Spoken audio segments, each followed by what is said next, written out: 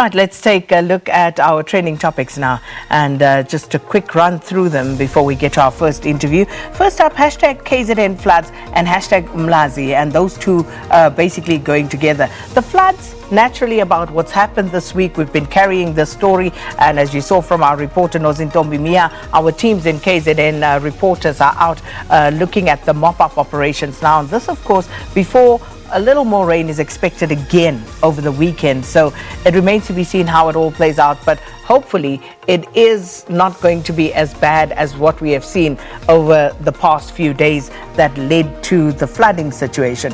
But then Umlazi, and Nozintombi was showing you the hostel in the background to the crossing that we did earlier on.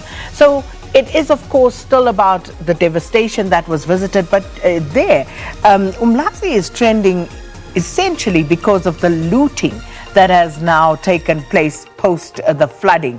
And I remember earlier on in the week, around Monday, Tuesday, the footage that you see there is apparently from one of the stores in the township. Last night looted, a Boxer, U-Save stores in the township, we are told, were looted overnight. But we saw this already around Monday, where there were already reports of incidents of people swimming through the flood waters to get to some of those containers, and they already started looting.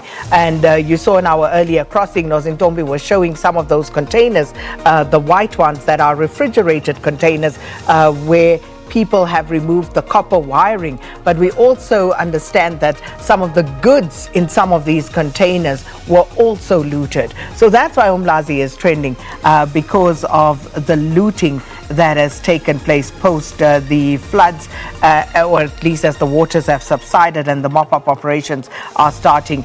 But people of Umlazi have also come out on Twitter and basically angry, saying that, you know, this is not us. But then again, it's happening in Umlazi, so it's very difficult. But most people condemning these acts and stating basically that why should businesses waste their time going to set up shop, to invest in townships, when every opportunity that people see, they turn to loot and destroy.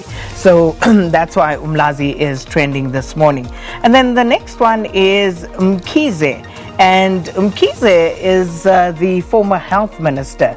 Now, a parliamentary committee found that Mkhize did not benefit from the controversial Digital Vibes contract with the National Health Department. You would know it is over this particular allegation that the former minister was relieved of his duties in that regard for that ministry, but then, of course, is now a backbencher in Parliament.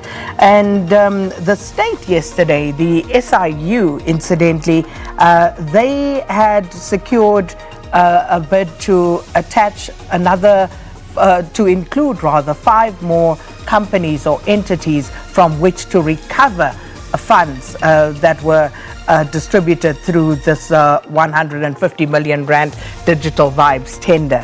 So all of that is happening, and the Twitterati responding to the committee in Parliament clearing Mkhize, and people basically not happy about it, because the committee essentially said that Dr. Mkhize did not breach the ethics code of Parliament, and people asking, how is that even possible? And we'll be speaking to a representative, the chairperson of the committee, shortly, to perhaps have this opportunity to explain to South Africans and the Twitterati how they arrived at the decision to which people are responding on Twitter.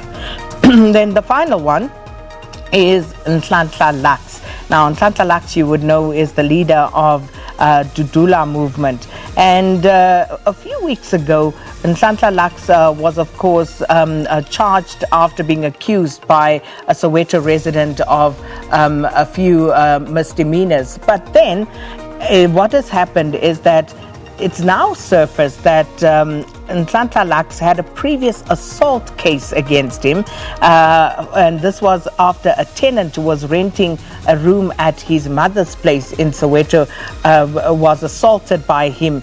Seemingly, he did not attend the subsequent court proceedings, so he was then found guilty of contempt of court on this charge, and it's quite separate from the case that was laid against him recently, that the EFF had accompanied the complainant to open. So this is why Nhlanhla Lux is trending. People comparing this, saying contempt of court and what happened to Jacob Zuma, and others, of course, trying to explain the difference between the two cases. But that essentially is why Nhlanhla Lux is trending. So those are your trending topics for this morning. And of course, please feel free to get in touch with us, your views on whatever it is that we cover at Morning Live SABC. And we're going to take a quick break. When we come back, we